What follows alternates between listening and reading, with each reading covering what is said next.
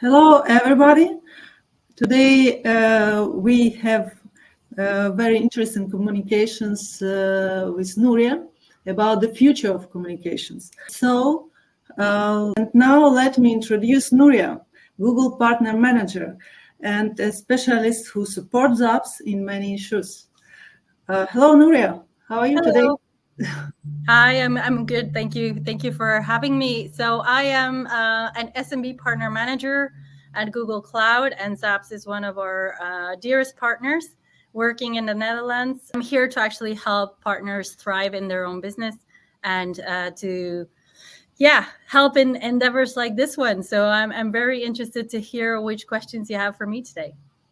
Yeah, today today we will discuss several important issues related to the future of communications. And in this video, we will explore how Google innovate tools and platforms are shaping the way they interact, collaborate, and connect. Whether you are a business professional or a student or simply someone who values effective communications. So let's dive into and explore what's in the store. The first my questions will be about the work-life balance. We discuss using WhatsApp all the time. Some colleagues seems to work 24 and 7 days. This can be demanding for others. So the questions is how to maintain this balance and what do you think about it? Wow. Well, that's a really good question. And actually, my answer is not technical.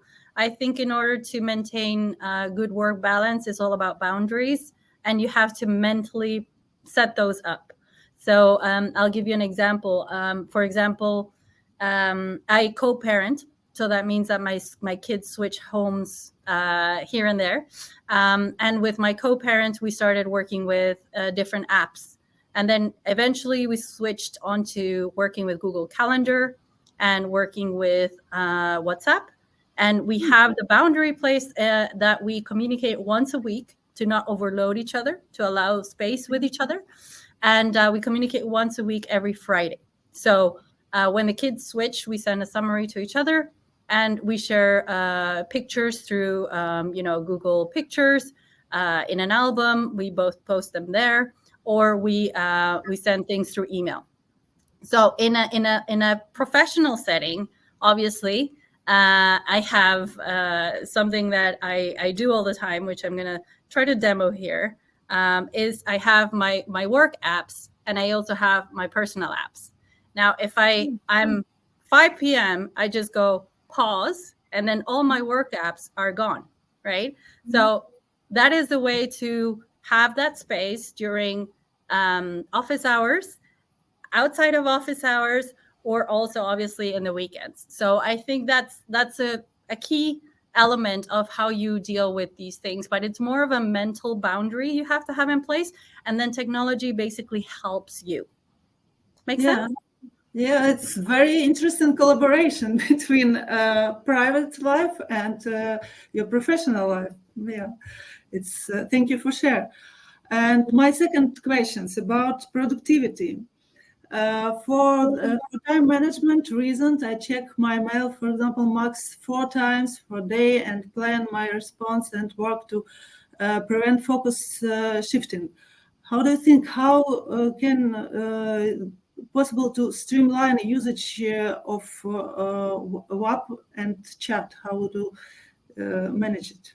Was one of the tips that I got here when I started at Google by my Google buddy. I'm going to put him in the comments. He's going to know exactly when he said that to me. But he said, you're going to be overloaded by emails. There's so many things happening. One of the tricks is to know which information you're going to streamline and get out of your inbox quickly. And so you need to have a system.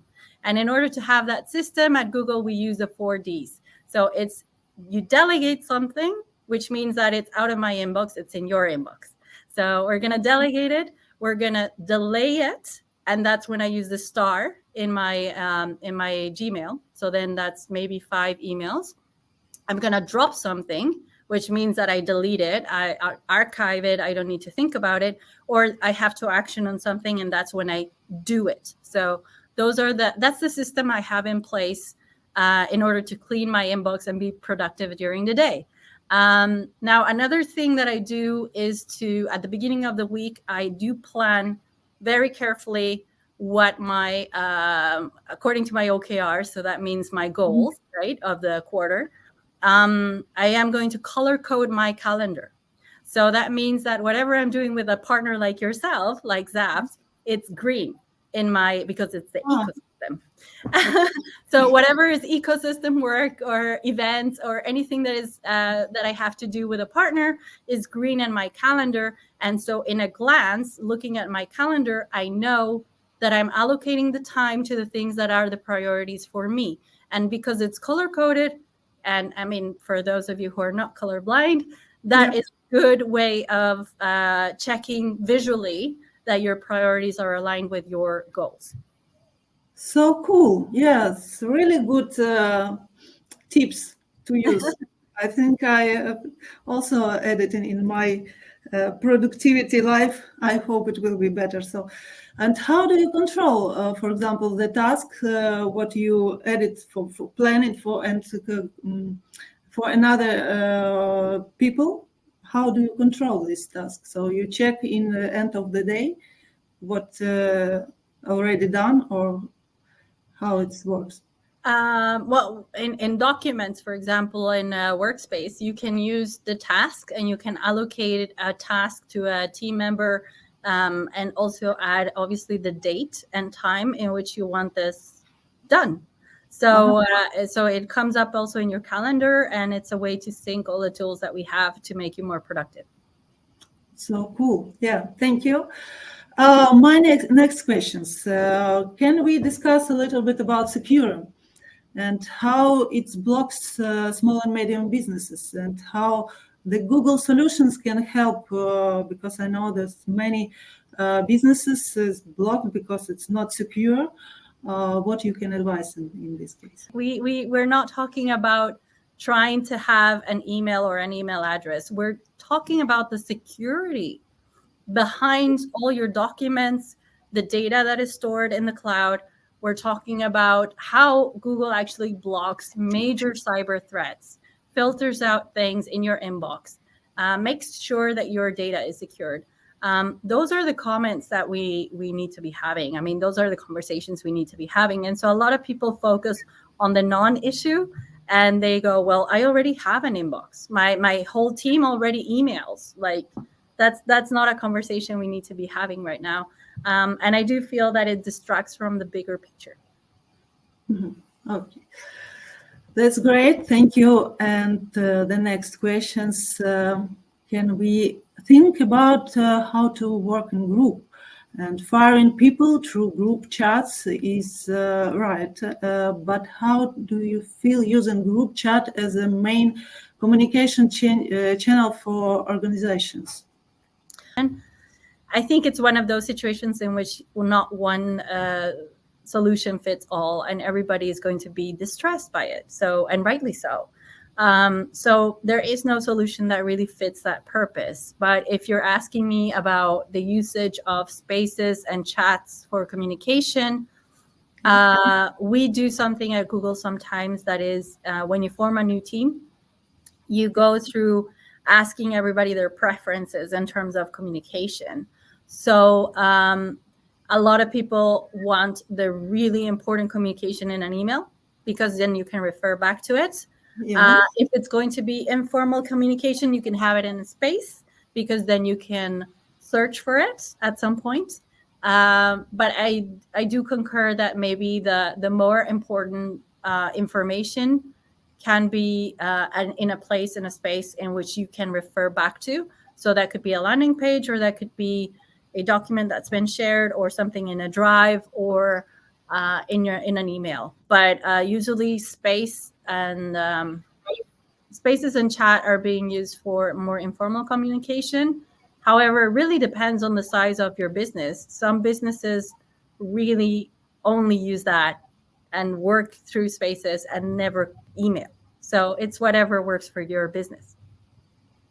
Yeah, it's sometimes it's difficult, to control everything. Where the chatting and all information, but the biggest business, they're more difficult to control all this information. And I know that your personal story is very interesting and also connect with our title today. Can you share? Sure. So we had a chat about how I came to Europe, and one of the things that happened was that I was 14 and in the space of understanding what the internet was.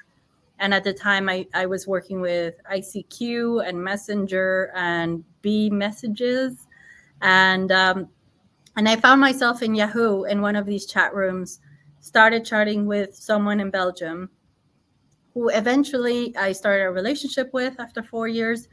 And one thing that I didn't anticipate, and he didn't anticipate, was the fact that our parents were going to meet at some point, fall in love, and get married. So my family relocated to Europe because of email, because of chat rooms, because of chats, because of technology, and you know that weird noise that you had when you were connecting to the internet back in the day.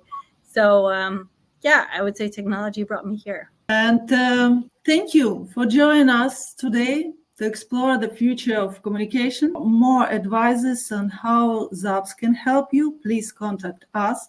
And thanks for watching. Let's transform your business with Google Cloud Solutions. Thank you.